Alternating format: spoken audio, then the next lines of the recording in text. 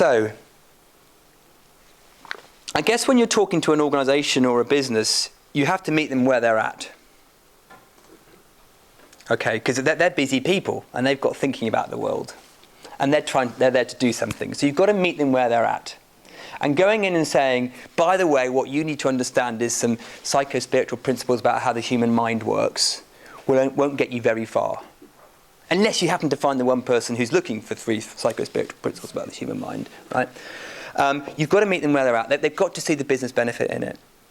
So let me share a little bit about how I might talk about it, and then we'll go into the experience piece. So I'll just see if I can just warm this up again. And I'm going to caveat this again by saying this is just me, right? And I don't always do it like this. But if I'm doing a static piece of comms, if I can turn you off.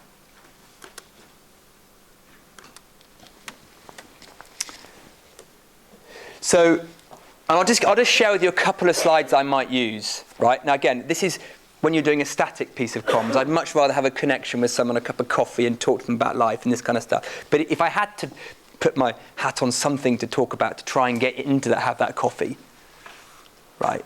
Because this works much better what I call conversation up, human to human, so they can have the experience.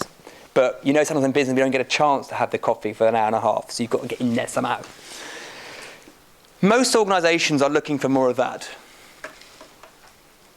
Is that fair? Right? So whether that's from their leaders or just their people, they're looking for more of those things. So then the question becomes, well, what determines your ability to have more of that? Because everyone has experienced some of that at some points. But some people go, well, Bob's good at that stuff. He's less good. She's so good. Sometimes they're good, whatever. So what determines it? Now, and I'm generalising here massively, organisations will tend to think, well, okay, organisation performance or productivity is about behaviour, so we need to behave in the right way because they do behaviour frameworks, right? And we need to have the right skills and competencies and knowledge. So if you're an accountant, you need to understand accountancy standards, right? And we need to know about our clients, whatever. And then also organisations will go, oh, it's not just skills. There's a human. Don't forget the human. They have a personality. They have a belief system. They have a type. Yeah? And we need to be... So well, that's where all the psychometrics come in. All the assessments, the strength finders, the STIs, the MBTIs, the Blardy-Belbins, the discs, all that kind of stuff. And they might be working what I would call the traditional levers of how to get more resourcefulness out of their people. Now, what I think is they're missing something. There's something underneath this, because even if you do work with those things, you still get hit and miss. Right? I use a phrase called quality of mind in the moment. State of mind, if you like. The reason I don't use the word state of mind because I'm an NLPer, ex-NLPer, I'm giving up. And state means something different. So I use the phrase quality of mind. It's a made-up word. It doesn't mean anything, right? But it points to something that is going on for human beings, right? And that's actually what organisations need to be looking at. But actually, it's not just the quality of mind they need to be looking at. It's what we think creates our quality of mind. That's where how we leverage the variable of quality of mind. Right, so what do I mean by quality of mind? Right? Individuals, anyone, in the moment being able to access that stuff. And we've all had moments where the world looks like the bottom, and we've all had moments where the world looks like the top, and something in between. And you can definitely see that in organisations. And you can actually see it manifested in cultures in organisations. It becomes collective. Why doesn't things just work round here? Why is it so hard to get stuff done? So leaders will say, why do my bright people do stupid things? It's a system and the individual.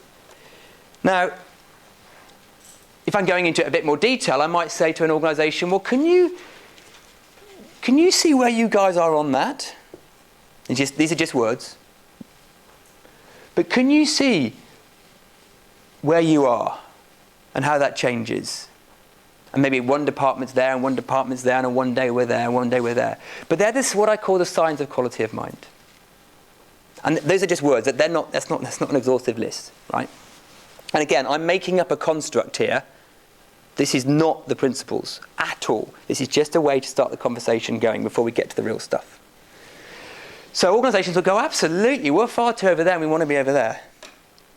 How do I get my people over there? Well, I'll coach them or give them a psychometric. I go, well, actually, you could do that. But there's something else going on. There's a truth about a human that's going on. Is this making some kind of sense at the moment? Are you with me? Okay. So they go, yeah, you're right. I do see that. And I'd love people to do more over there. For business as usual and of change. So what do you think you do to get them there? Right? Well, they often do this stuff. In the city, they just seem to pay them more. That worked well, didn't it? I'm being a bit flippant. Or let's have a nicer reception, beanbags in the breakout rooms, and ice cream on Mondays. That's nice, but it's not shifting your quality of mind. Ian elegantly said, brilliant, by the way, Ian, this morning. That is such a neat little section you did this morning, Ian. It doesn't work outside in. So it doesn't matter what you do in the environment, okay? So we might play with that. But then we've got the psychometrics and the tools, but they're working at the form of thought. They're working on Ian's diagram, they're working about 1/3 of the way in. Psychometrics and what I used to do in my coaching, I don't call it normal coaching. I don't know, that sounds like we're doing abnormal coaching, but it's working with what's formed already. We want to get before that. So,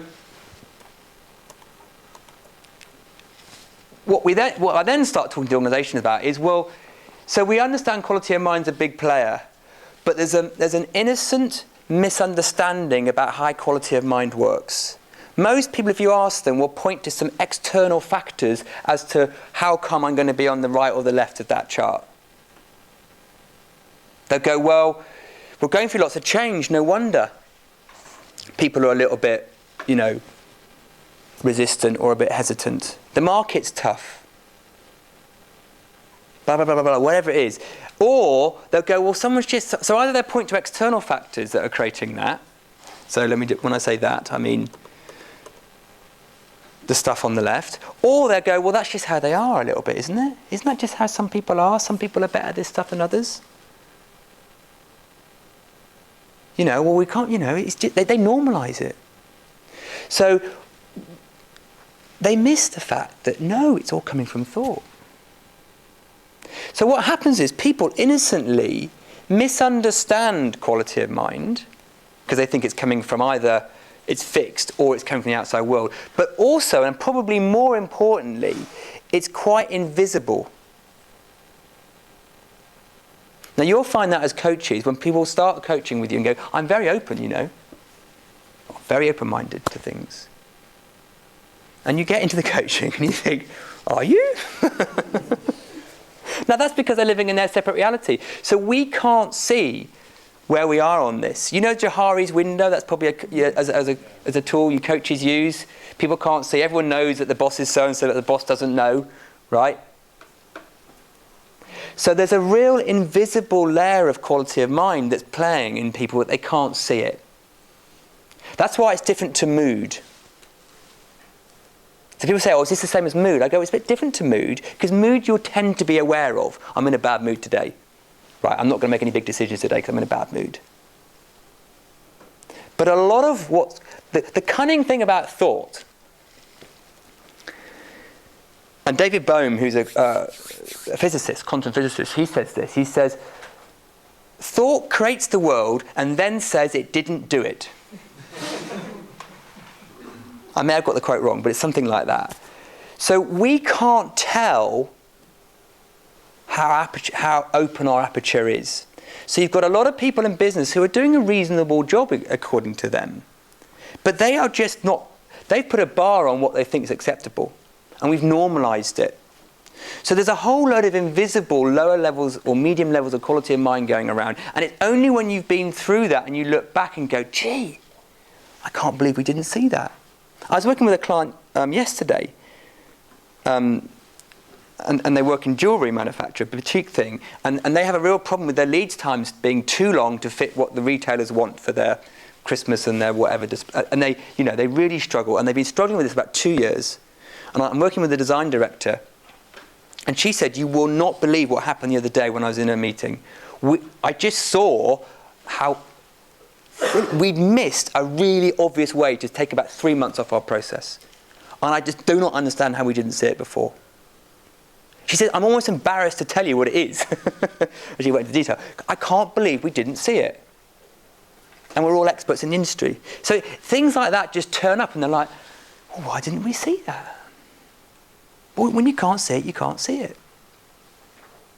So there's a visible piece of this stuff, but actually the real value is in the invisible piece.